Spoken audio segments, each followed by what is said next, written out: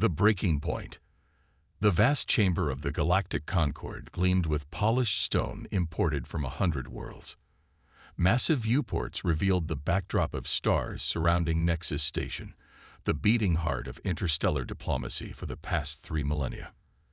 Commander Sarah Chen stood alone at the speaker's podium, her navy blue Earth Confederation uniform a stark contrast to the elaborate regalia worn by the alien representatives seated in tiered rings around her. Chen's face betrayed none of the frustration churning inside her. This was her 14th appearance before the Concorde in 3 years, and each time, the result had been the same: denial, dismissal, and thinly veiled contempt. The Concorde has reviewed Earth's petition for revision of trade route access through the Orion Spur, announced High Arbiter Zoltav of the Valaxian hegemony. The towering avian alien's feather crest rippled in what Chen recognized as amusement. We find insufficient cause to alter the current arrangement. Chen gripped the edges of the podium. Honorable Arbiter, Earth and its colonies have submitted extensive documentation showing the current arrangement causes a 47% increase in transport costs for human goods. We've also provided evidence that comparable routes for Valaxian and Razic vessels have significantly lower tariffs. The current arrangement accounts for humanity's relative inexperience in interstellar matters, interrupted Delegate Thrix of the Mrazic combine. The insectoid's mandibles clicked in what Chen had learned to recognize as their equivalent of a condescending smile. Your species has only been spacefaring for what, 2 centuries? The established powers have maintained these routes for millennia. And yet you've allowed the Prandian Federation full access rights despite only achieving FTL capability 80 years ago. Chen countered, bringing up comparison charts on the chamber's holographic display. Their tariff rate is 1/3 of what humans pay. The Prandians understood the value of proper diplomatic channels, said Thrix, deliberately avoiding the actual issue. Perhaps if Earth were more accommodating regarding access to your unique biological research. Chen's jaw tightened. There it was, the real reason behind the obstruction. For decades, the advanced species of the Concorde had been pressuring Earth to grant unrestricted access to human genomic data and biological research. What they euphemistically called scientific exchange amounted to demanding the keys to humanity's genetic heritage and medical advancements. Biological research exchange must remain a separate issue from basic trade equity, Chen said firmly. Earth's position on that matter remains unchanged. High Arbiter Zoltav's feathers flattened against his skull, a sign of irritation. Then the Concorde's position on trade routes also remains unchanged. This petition is denied. Chen had expected this outcome, but having it confirmed still sent a wave of cold anger through her. Before this session concludes, I'm obligated to inform the Concorde that Earth has prepared a formal declaration regarding our continued participation in the Galactic Charter. The chamber, which had been filled with the murmurs of side conversations, suddenly went quiet. Declarations were rare and typically signaled significant policy shifts. The Earth Confederation has attempted to work within the established framework of the Concorde for 73 years. Chen continued, her voice steady. In that time, we have filed 216 petitions for equitable treatment. All but 12 have been rejected. If your species finds the Concorde's wisdom lacking, perhaps you should focus on your own development rather than questioning established order, said Thrix dismissively. Chen ignored the interruption. Earth has determined that continued participation in a system that systematically disadvantages our worlds is no longer in humanity's interest. She activated her personal datapad and transmitted a document to the Concorde's official record. By power vested in me as Earth's representative, I hereby invoke Article 87 of the Charter, the right of separation. The chamber erupted. Dozens of delegates rose from their seats, talking over one another in a cacophony of translator-mediated outrage. Article 87 was ancient, included in the original charter as a theoretical provision that had never been invoked in the Concorde's 3,000-year history. High Arbiter Zoltav hammered his ceremonial staff against the floor, demanding order. Commander Chen, surely you cannot be serious. The right of separation requires demonstrable evidence of systematic inequity and a unanimous vote by your government. Chen's expression remained impassive. We have documented every instance of inequitable treatment for 7 decades.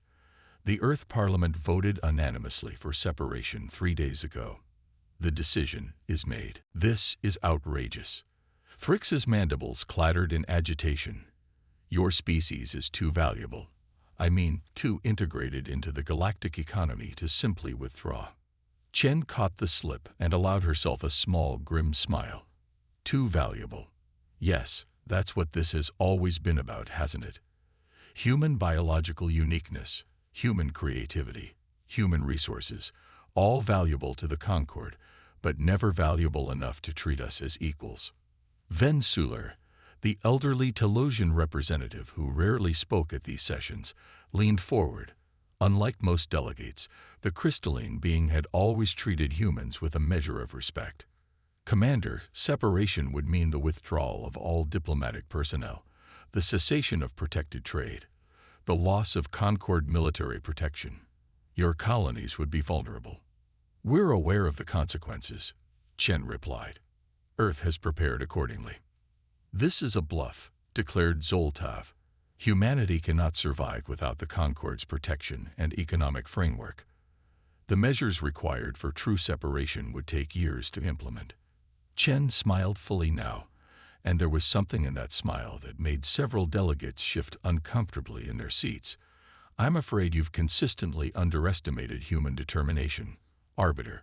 Our withdrawal isn't conditional or subject to negotiation. It's effective immediately. She tapped her communication badge. Chen to Hyperion. Execute Protocol Exodus.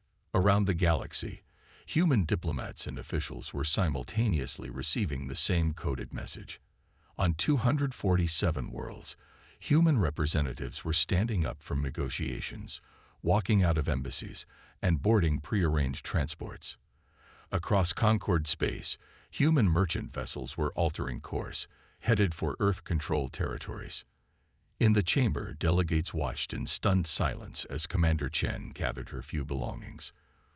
For those genuinely concerned about maintaining relations with Earth, we've established new diplomatic protocols. Details have been transmitted to your governments. For those who've treated us fairly in the past, we remain open to bilateral agreements outside the Concord framework. This is unprecedented, stammered one of the minor delegates. So was your treatment of us, Chen replied. She looked up at the assembled representatives one last time. Humanity joined the galactic community hoping to find partners. Instead, we found masters who never intended to let us rise to true equality. That ends today. As she turned to leave, Ven Suler called out, Commander, please reconsider. Some of us have argued for your position for years. Given time, we can reform the system. Chen paused at the doorway. You've had 73 years, Ambassador. Time's up. She walked out, the massive doors sealing behind her with a resonant thud. In the chamber, the delegates erupted into panicked discussion. Only Ven Suler remained silent, crystal facets reflecting the stars outside. The Telosian had lived long enough to recognize a historical inflection point when witnessing one. 6 weeks after the declaration, High Arbiter Zoltav summoned the Emergency Response Committee to his private chambers on Nexus Station. The committee included Thrix of the Mrazik, Ven Suler of the Telosians, and 2 other senior delegates. The atmosphere was tense. This human tantrum has gone far enough, Zoltav declared, pacing the room. The economic disruption is becoming unacceptable. Thrix manipulated a holographic display, showing trade route statistics. 17% of interstellar shipping was human-operated. Their withdrawal has created significant supply chain issues. Prices for raw materials from the Perseus arm have increased by 40%. Did anyone anticipate they could implement separation so quickly? Asked Delegate Koram of the Elythian domains. Ven Suler's crystalline form shimmered in what those familiar with Telosians recognized as their equivalent of a humorless laugh. I warned this council repeatedly not to underestimate humans.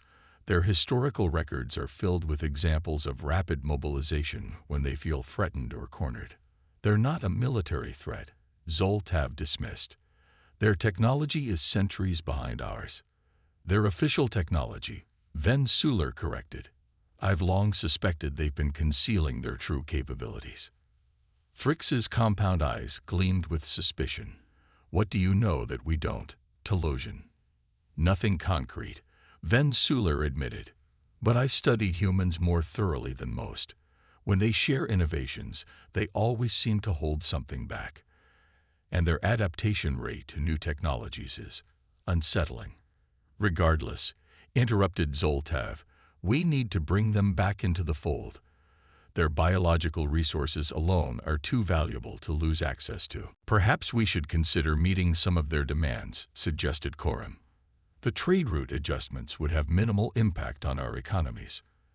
Absolutely not, Thrix chittered angrily. Show weakness now, and every minor species will demand concessions. The Prandians are already making noise about their own trade terms. Van Suler tilted their crystalline head. Then what do you propose? Military intervention. If necessary, Zoltav replied, his feathers rigid with determination. The Charter permits enforcement actions against rogue states that threaten galactic stability. The humans haven't threatened anyone, Coram pointed out. They've simply left. Their withdrawal itself is the threat, Thrix insisted. It undermines the entire foundation of the Concord. We should dispatch a display of force to their primary colonies. Nothing harmful, just enough to remind them of reality. Only Van Suler objected, but the Telosian was outvoted. The committee authorized a presence mission to human space, consisting of 30 capital ships from the combined Concord Defense Forces. Deep in Earth's solar system, beyond the orbit of Neptune, a massive construction project had been underway in secret for over 20 years. The Armstrong shipyards, officially listed as a minor repair facility in Concord registries, stretched for hundreds of kilometers through the void. Within its sprawling framework, thousands of workers moved with purpose around skeletal forms that were rapidly taking shape. In a secure observation deck, Commander Sarah Chen stood beside Admiral Jackson Wei, watching as automated assembly units swarmed over the hull of an enormous vessel.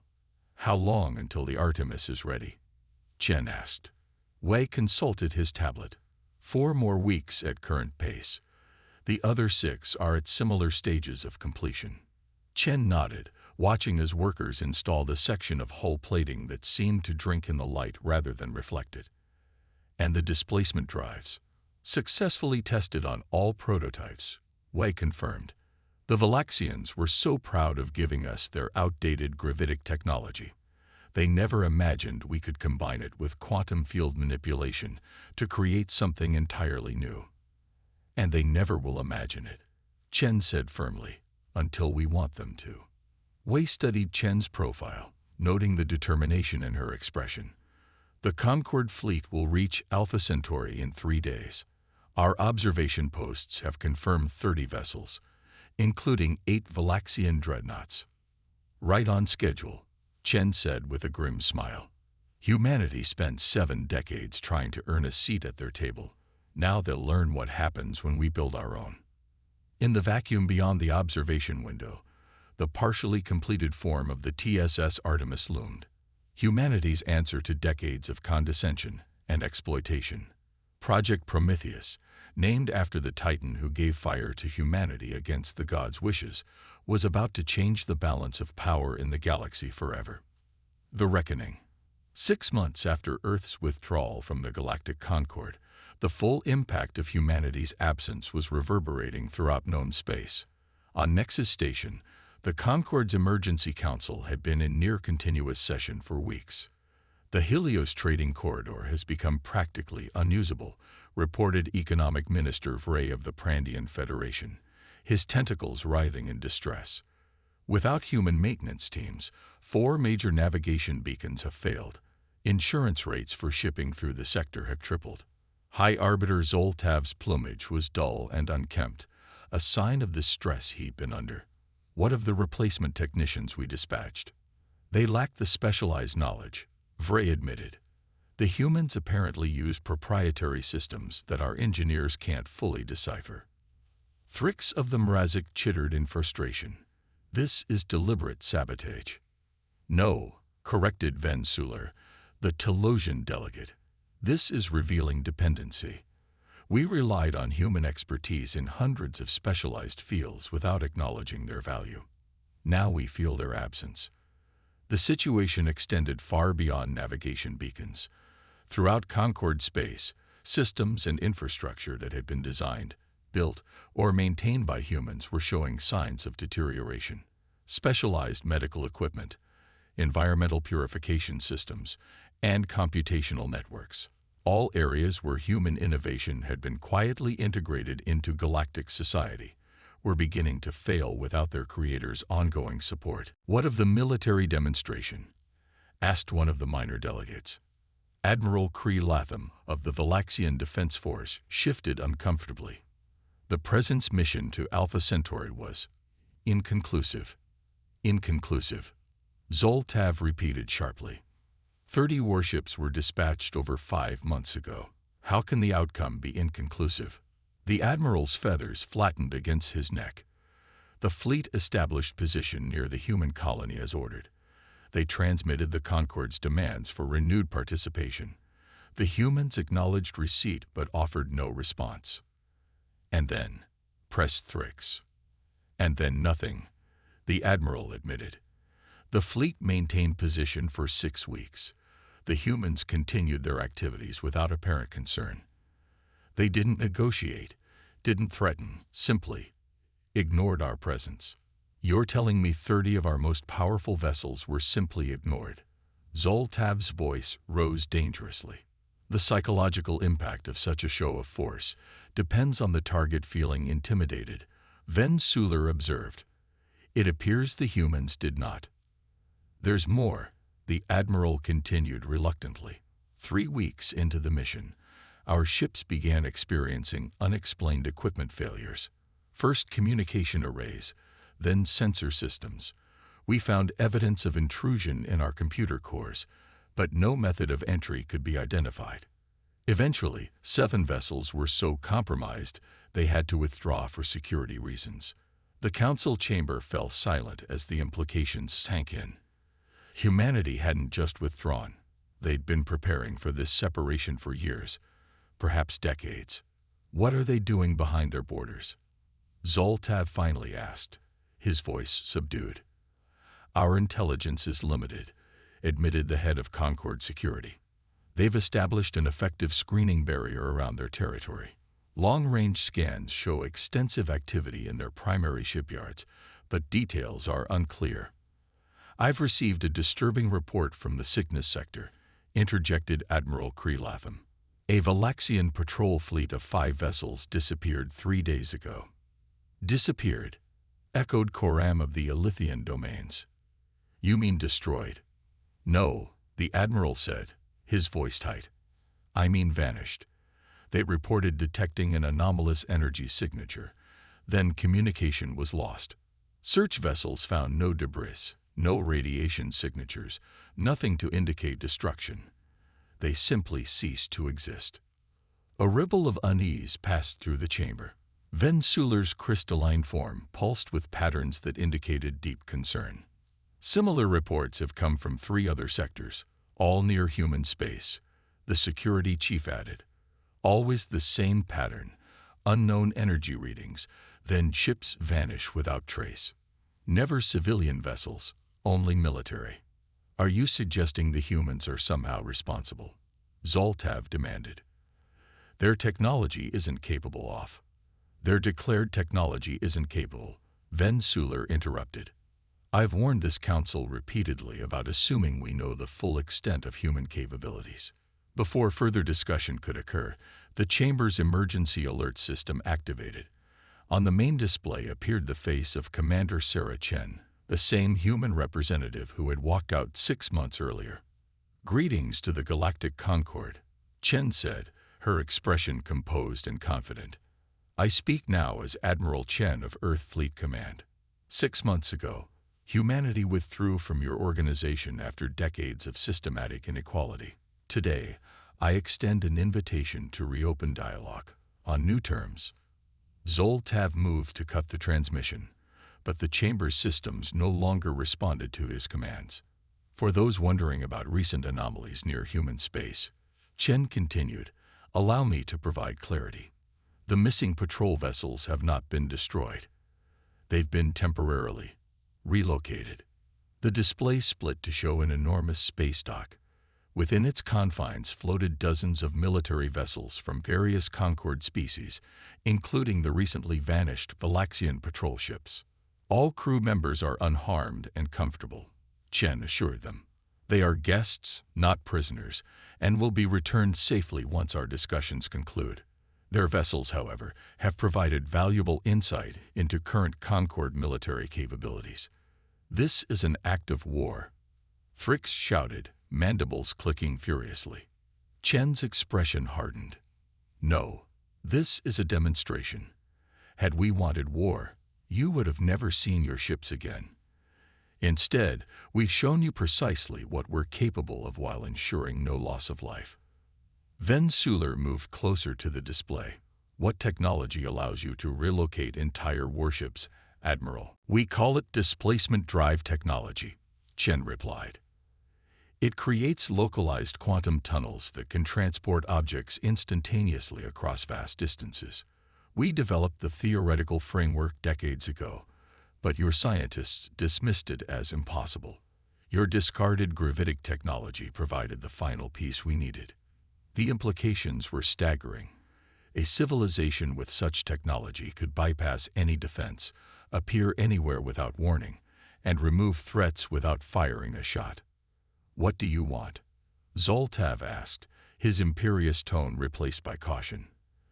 "The same thing we've always wanted. Equity," Chen answered simply.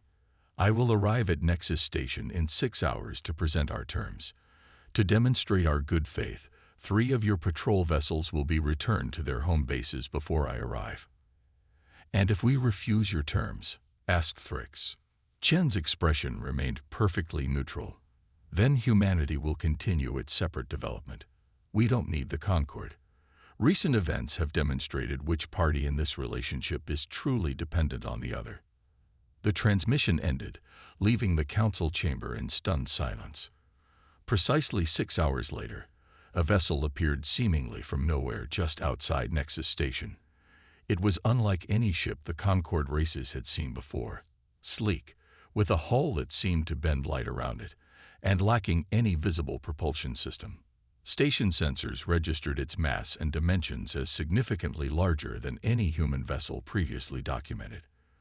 From the observation deck, the Emergency Council watched as a small shuttle detached from the mysterious ship and approached the diplomatic docking bay.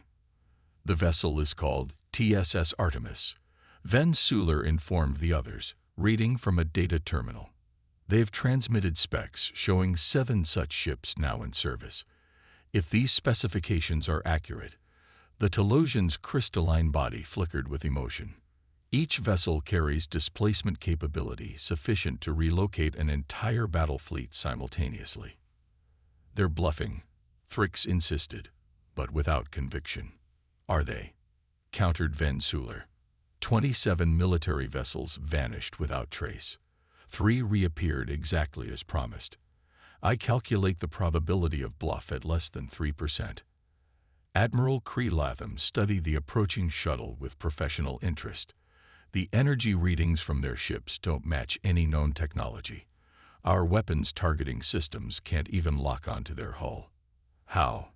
demanded Zoltav. "How could they have developed this level of technology without our knowledge?" "Because we never looked," Ven Suler answered simply.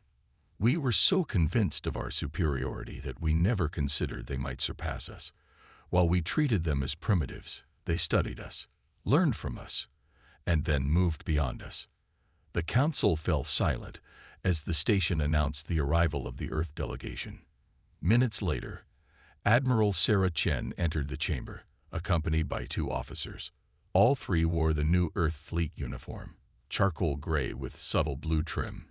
bearing insignia the Concord representatives didn't recognize. "Greetings, representatives of the Galactic Concord," Chen said formally. "Thank you for agreeing to meet." "Was there a choice?" Fricks asked bitterly. "There's always a choice," Chen replied evenly.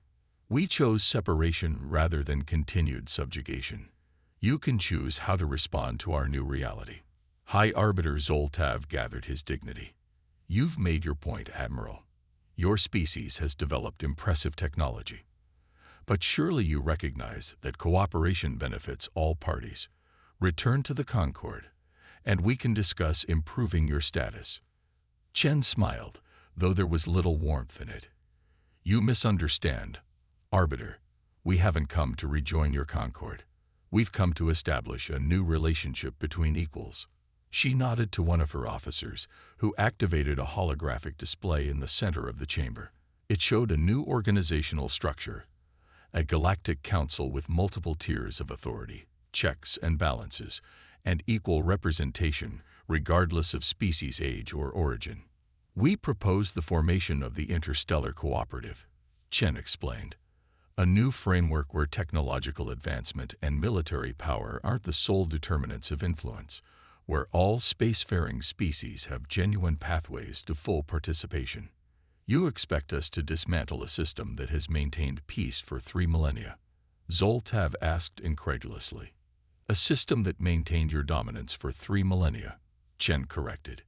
"And yes, we expect change. Earth isn't the only world that has suffered under Concord hierarchy. 17 other species have already expressed interest in our alternative." "Is this blackmail?" Fricks demanded. "Join your cooperative or face your displacement weapons." "Not at all," Chen replied calmly. "The Concord can continue to exist for those who wish to remain. We're simply creating an alternative. Species will choose which organization better serves their interests."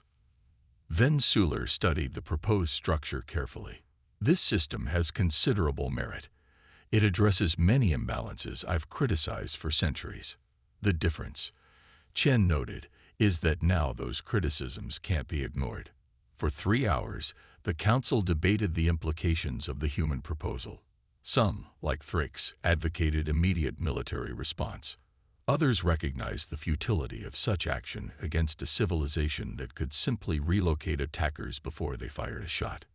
In the end, pragmatism prevailed. The Concord would not dissolve, but neither would it prevent member species from also joining the new interstellar cooperative. Trade routes would be renegotiated, technology exchange protocols redesigned, and a new era of galactic politics would begin. As the session concluded, Van Suler approached Admiral Chen privately. "I've lived for 7 centuries, Admiral. I've seen empires rise and fall. Never have I witnessed such a profound shift in power executed so elegantly." "We didn't want war," Chen said quietly. "We just wanted respect." "You've certainly earned it," the Telosian acknowledged. "Though I confess curiosity, did you truly develop displacement technology independently?" Chen smiled enigmatically. "Let's just say we had help." Van Suler's crystalline form shimmered with surprise. "From whom?" "That," Chen replied, "is a conversation for another day, one between genuine allies." As the human delegation departed Nexus Station, the galaxy's power centers were already shifting. News of the confrontation spread rapidly through subspace communications. On dozens of worlds, species that had long existed in the shadow of the Concord began to imagine new possibilities. The ancient Valaxian saying seemed particularly apt. The most dangerous opponent is not the one who threatens loudly, but the one who walks away quietly and returns unexpectedly. Humanity had walked away from the negotiation table. The universe had trembled. And now, a new conversation was beginning, one where all voices could be heard equally.